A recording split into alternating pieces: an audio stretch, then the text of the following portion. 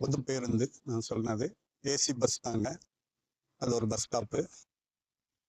கரெக்டாக சொன்ன நேரத்தில் அங்கே வந்து இறங்கும். இதில் வந்து வீல் சேரில் போகிறவங்களும் ஏறிக்கிற மாதிரி மாற்றுத்திறனாளிகளுக்கான வசதியும் இதில் இருக்கும். டிரைவர் மட்டும்தான், கண்டக்டர்லாம் கிடையாது. ஃபுல்லாக ஏசி தான். கூட்டம் பெருசாக இருக்காது. மக்கள் ஏறுறாங்களோ இல்லையோ ஒரு அந்த பேருந்து நிறுத்தத்தில் எவ்வளோ நேரம் நிற்கணுமோ அவ்வளோ நேரம் நிற்கும். அதுக்கப்புறம் தான் எடுப்பாங்க. லேட்டாக கூட எடுப்பாங்க, ஆனால் அதுக்கு முன்னாடி எடுக்க மாட்டாங்க. சரி, கும்பிட்டாங்க.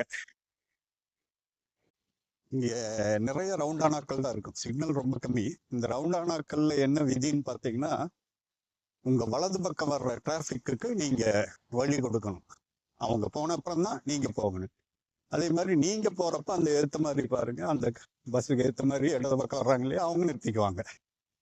ஸோ இங்க வந்து வலதுபுறம் வருபவர்களுக்கு முன்னுரிமை, அவ்வளவுதான். இந்த ஒரே விதி எல்லா பக்கமும் ஃபாலோ பண்றாங்க. வலது பக்கம் எதுவும் வரலன்னா நீங்க இந்த மாதிரி போயிட்டே இருக்கலாம். ஆனா நீங்க போறதை பார்த்து அவங்க அந்த இடது பக்கம் இருக்கிற வண்டிகள் நிறுத்திக்குவாங்க. இது ஒரு நல்ல சிஸ்டம், எளிமையான சிஸ்டம். அதே மாதிரி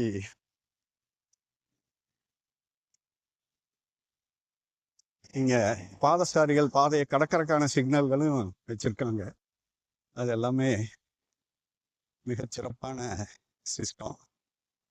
அது எப்படிங்கிறத உங்களுக்கு காட்டுறேன்.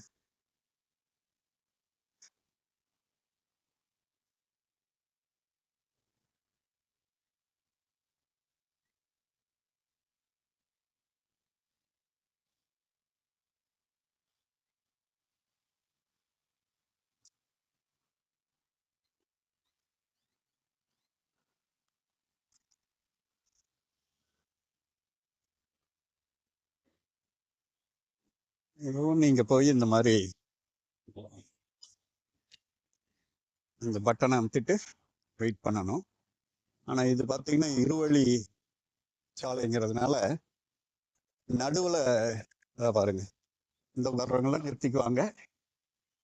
நம்ம இந்த நடுவுல மிடில் ரெண்டு பக்கமும் இருக்கிற மிடில்ல ஒரு பே மாதிரி கொடுத்துருக்காங்க.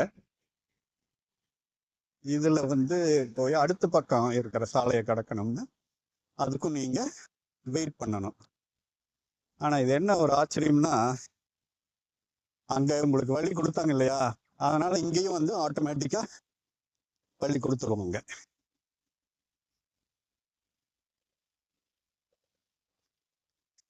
அவ்வளவுதான், கிடந்தாச்சு.